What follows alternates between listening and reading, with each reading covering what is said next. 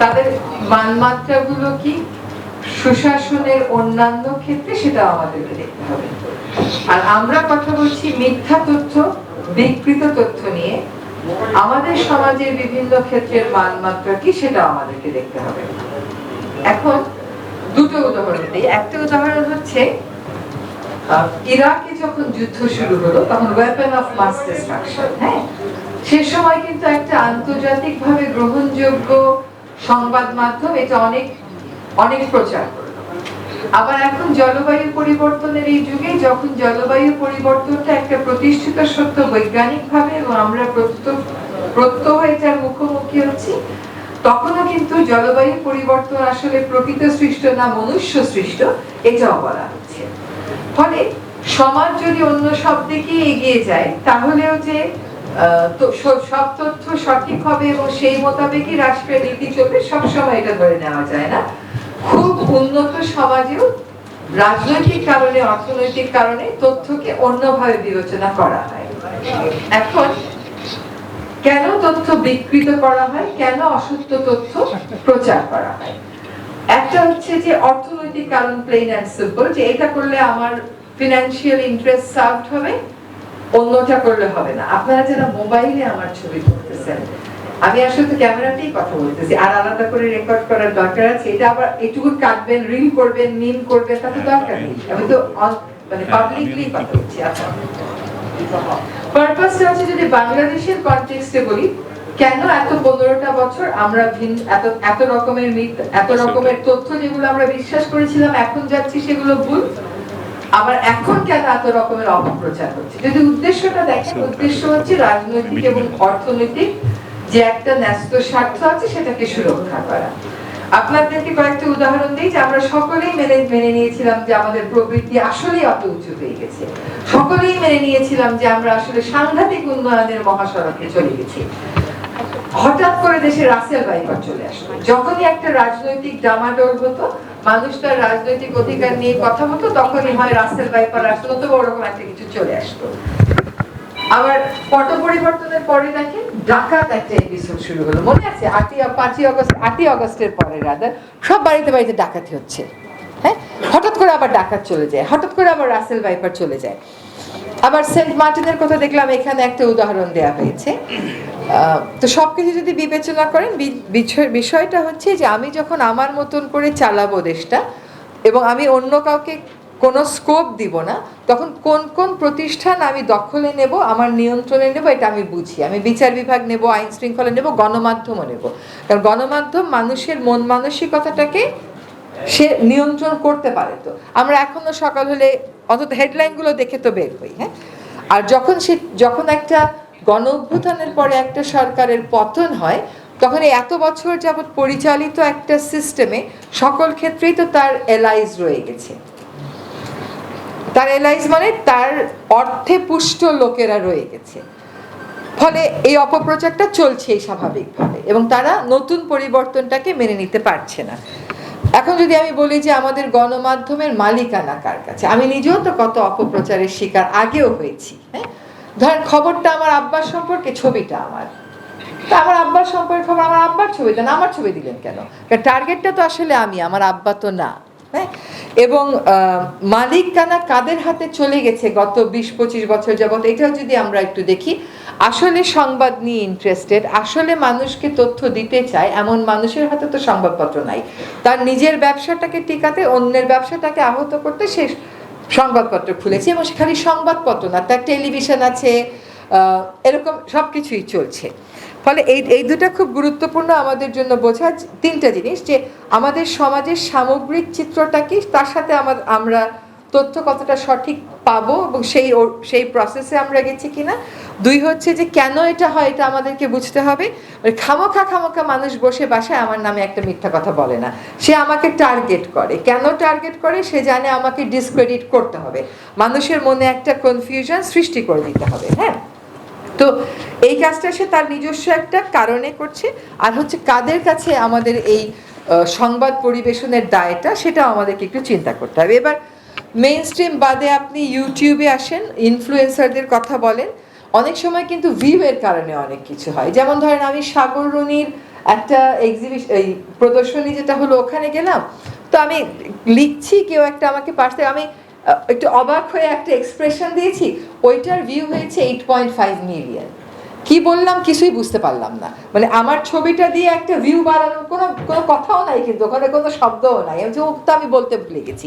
তো এইটা ভিউ বাড়ানো, কিন্তু ভিউ বাড়ানোর কারণে এমন কিছু হেডিং দেওয়া হয়, যে হেডিংগুলোতে আপনি পড়লে মনে হবে, হেডিং দেখলে মনে হবে সুনিত ভেতরে গিয়ে কী আছে, আসলে দেখবেন তেমন কিছু নাই। হ্যাঁ, যেমন আমার সম্পর্কে একটা হঠাৎ করে আসলো, সাংঘাতিক সোনার খনি আবিষ্কৃত, আমি ভাবলাম তো দেখি তো সোনার খনি কোথায় কোথায় আছে, খুলতে গিয়ে দেখলাম যে কিভাবে কিভাবে আমি টাকা আদায় করতে পারি সেটার সম্পর্কে ভালোভাবেই কথাটা বলা হয়েছে। বাট হেডিংটা কেউ অনেক সময় এরকম দিয়ে দেয়, ওটা অনেক বেশি অ্যাট্রাক্ট করার জন্য।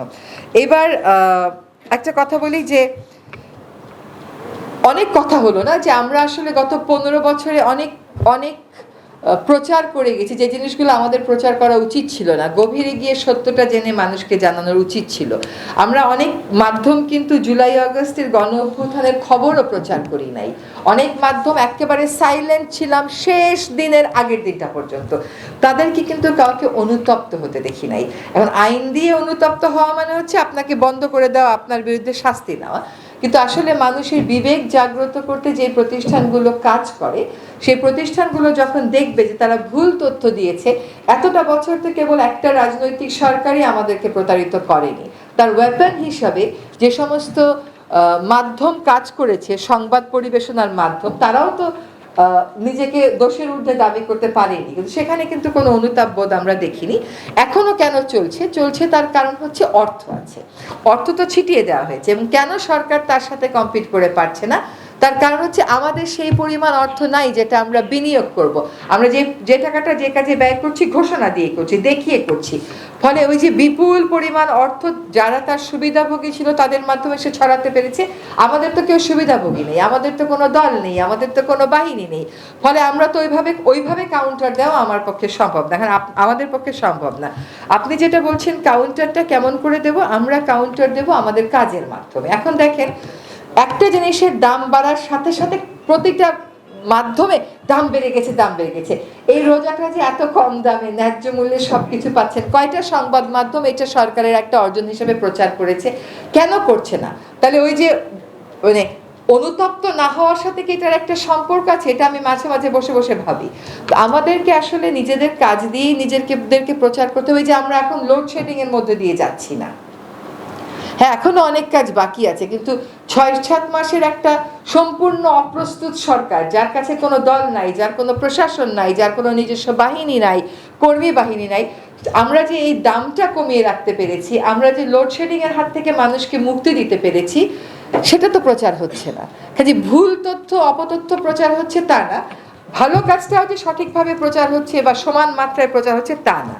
তার কারণ কাজে আমাদেরকে কাজের মাধ্যমেই আমাদের ন্যারেটিভটা তৈরি করতে হবে। এখন গত 15-20 দিন যাবৎ আমি কোনো সার্ভে করিনি, কিন্তু আমি দেখছি যে কিছু কিছু সোশ্যাল মিডিয়াতে সাধারণ মানুষই বলা শুরু করছে যে এখন একটা শান্তিতে পেয়েছি, আপনারা ট্রাফিকটা সামলান, আপনারা আইন শৃঙ্খলা সামলান, আপনারা দাম কমিয়েছেন, লোডশেডিং হচ্ছে না, এটা কিন্তু এখন সাধারণ মানুষ করছে, সাধারণ মানুষ কাজের মূল্যায়ন করবে, এটা খুব স্বাভাবিক। তো প্রাতিষ্ঠানিকভাবে ঠেকাতে হলে আমাদেরকে, আমাদের যে প্রশ্নটা আপনার ছিল, আমাদেরকে আমাদের কাজ দিয়েই এটাকে প্রমাণ করতে হবে। আরেকটা হচ্ছে যে আমাদের অভিজ্ঞতার কথা যদি মানে এটা একটা হতে পারে যে সরকার কেন্দ্রীয়ভাবে করবে যে সমস্ত বিষয়ে পলিটিক্যাল মেসেজিং এর দরকার হয়, আরেকটা হচ্ছে যার যার মন্ত্রণালয় তার ন্যারেটিভটা করবে।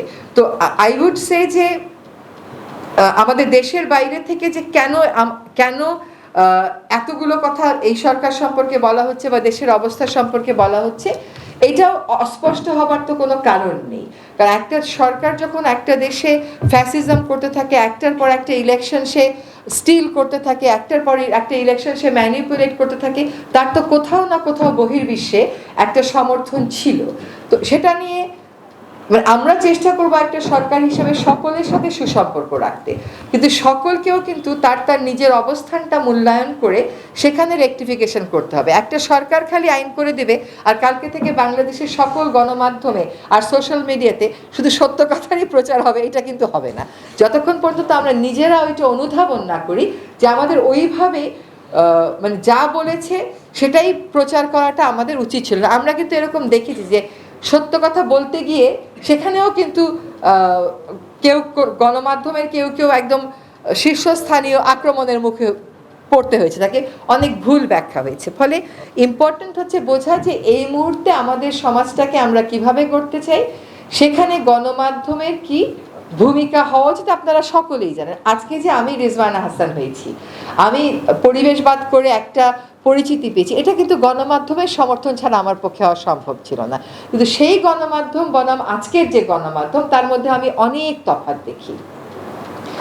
ফলে আমাদেরকে আসলে মেইন স্ট্রিমের গণমাধ্যম যারা আছে, তো কতগুলো পত্রিকা আছে তাদের কাজই হচ্ছে কোথায় কাকে বদলি করা হচ্ছে ওই বদলিটা নিয়ে একটা বলে দেবে যে এই বদলিটা এই উদ্দেশ্যে, আসলে ওই উদ্দেশ্যে হয়নি, তাকে দিয়ে কেউ এই খবরটা করা, এটাও আমরা বুঝতে পারতেছি। তো আমাদের ভেরি ইম্পর্টেন্ট গণমাধ্যমের জন্য যেটা আমি বলবো সেটা হচ্ছে মানুষের ফোকাসটাকে ঠিক করে আনা। মানুষ যেন রাসেল ভাইপার শুনে বা ডাকাত শুনে ওইটাতে অস্থির হয়ে ভালো কাজ কোনগুলো হচ্ছে বা কোন জায়গায় তার এনার্জি দিতে হবে সেইটা না দিয়ে সামাজিক যোগাযোগ মাধ্যমে ওই রাসেল ভাইপারে রিপোস্ট করতে না থাকে। মানুষের কাজটা কি? আপনি যখন দেখছেন যে আপনি নতুন একটা দেশ গড়ছেন, আপনি যখন দেখছেন সকল সংস্থা এবং বাহিনী যে ধরনের সমর্থন দেওয়ার দরকার ছিল দিতে পারছে না, দিচ্ছে না আমি বলবো না, দিতে পারছে না, কারণ সিস্টেমটা তো কোলাপস করে গেছে। হ্যাঁ, সেক্ষেত্রে নাগরিক হিসেবে আপনার দায়িত্বটা কি? ভুল তথ্যটা কি বারবার প্রসার করানো, নাকি ইউ ডু সাম আপনার পার্টে একটু ফ্যাক্ট ফাইন্ডিং আপনি করবেন। গণমাধ্যমের উচিত হবে সেরকমভাবেই সংবাদ পরিবেশন করা যেরকমভাবে সংবাদ পরিবেশন করলে মানুষের ফোকাসটা, স্বৈরশাসক মানুষের মনোযোগটাকে স্প্লিট করে দিয়ে গেছে, যাতে সে এক জায়গায় বসে সুস্থভাবে চিন্তা করতে না পারে।